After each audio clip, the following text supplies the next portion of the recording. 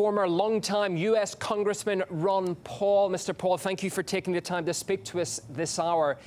Do you think there's still a way for the situation in Idlib to be resolved peacefully?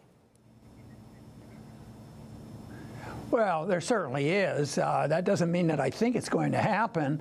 But, you know, if people would just act wisely, this could be ended, because there's no reason it can't be. But expect the West, the United States, to back down. I don't think it's going to happen.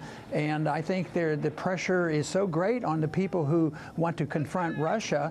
It's all designed, you know, to satisfy Iran, and to go after Iran is an anti-Iranian subject. So no, there could be, but there would have to be an agreement, and the people could leave there. And the people who had weapons, they just couldn't take their weapons. So it could be devised if both sides decided, hey, no, look, we don't want all this fighting and killing. It's not going to serve any purpose, which it won't. You could just say, well, let the people who want to leave, and but then they would have to accept the position that Idlib is part of Syria, which is what I think would be the proper position to hold.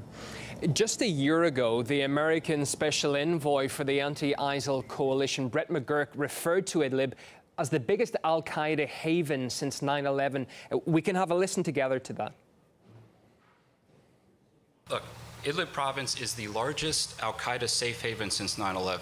And Idlib now is a huge problem. It is an al-Qaeda safe haven right on the border of Turkey. Well, Washington's rhetoric regarding Idlib does seem to have changed since then. Why do you think that is? Well, I think since that report, maybe our position hasn't changed too much, but the evidence is out that we are playing too many games with al-Qaeda, because we've used al-Qaeda as the excuse for being there, and yet I don't believe that is the case. I think we're there for other reasons. And al-Qaeda it's a haven there, and we're on their side. I mean, the pragmatic reason for this is that we think al-Qaeda will help our position, the United States position, to get rid of Assad. And this is a bipartisan Republican and Democratic position. It's only individuals like ourselves in the Institute for Peace and Prosperity that are arguing this is totally unnecessary. It's not the right position. It isn't what the United States should be doing. It's not part of our Constitution. And yet it drives us to align ourselves with al-Qaeda. So the fact that they admitted it was more of an alert to those individuals that they had to overcome that image, because we're supposed to be over there fighting them. But this isn't the first time that the evidence is very clear that we have aligned ourselves with al-Qaeda when we think it's temporarily a benefit to our foreign policy. One of the solutions proposed by the UN Special Envoy, just looking through it here, was to move the terrorists from Idlib to other areas. Does that sound like a reasonable solution to you? Well, if you had a miracle maker, maybe it would be. Right. Yeah, you could, but I wouldn't think that's going to work. It's not going to work, because you'd have to. They're not going to walk away, you know, and you'd have to remove them by force, and that means there would be a conflict. So no, that's not going to be a solution. I am concerned about the chance to offer civilians who aren't engaged in this, who aren't necessarily part of al-Qaeda, would just like to be left alone and not engaged in this war. If they themselves wanted to leave, I would think that it could be worked out. But right now, I don't think the motives are strong enough to allow that to happen on both sides. Neither one wants that to happen. But to think that the terrorists are going to automatically be removed, if you're going to remove them, that would mean force. It wouldn't work.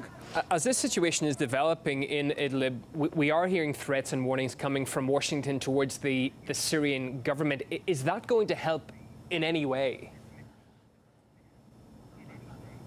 No, it makes everything worse because, you know, that's our policy. We are threatening people too often. We're putting, if people don't do what we want and obey us, then we put sanctions on them. And to me, that is the same as a war effort when you do this. So no, I think the threats are terrible. I think the sanctions are terrible, just on principle.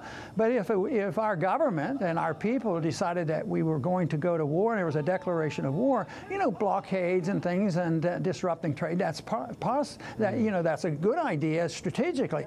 But just to throw our weight around and put on these sanctions and threaten people, because we are powerful, we have a lot of wealth, and we have the reserve currency of the world, and we have the economic clout to put on sanctions, which I think is a detriment to us. And I think that we shouldn't do that. And long term, it's going to be detrimental to the United States because it's very costly, and it's undermining our alliances with anybody that we want to work with, because people are getting tired of us throwing our weight around and putting on sanctions and believing that everybody has to do exactly as we say.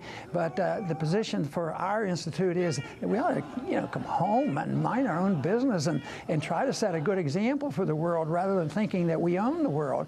Because many of us believe that what we're doing is trying to maintain a modern-day empire, and that requires a lot of force, and it requires a lot of lying, too, to misinform people in order for the American people to go along with it. But I don't think the American people are well informed on this issue, and that's why they tolerate it. And when they finally wake up, sometimes it's a little late. So what I'm trying to do with our institute is to alert people to the danger that is involved with our foreign policy. Just on a related topic, what strategy in Syria do you think would be in the U.S. national interest, therefore? Well, I think the most important thing would be something that Trump said, you know, a few months ago.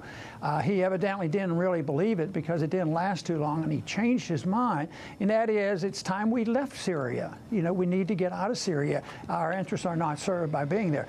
So I would have never gone in a military sense, and I would leave as soon as possible. And I think that is the position that we should have.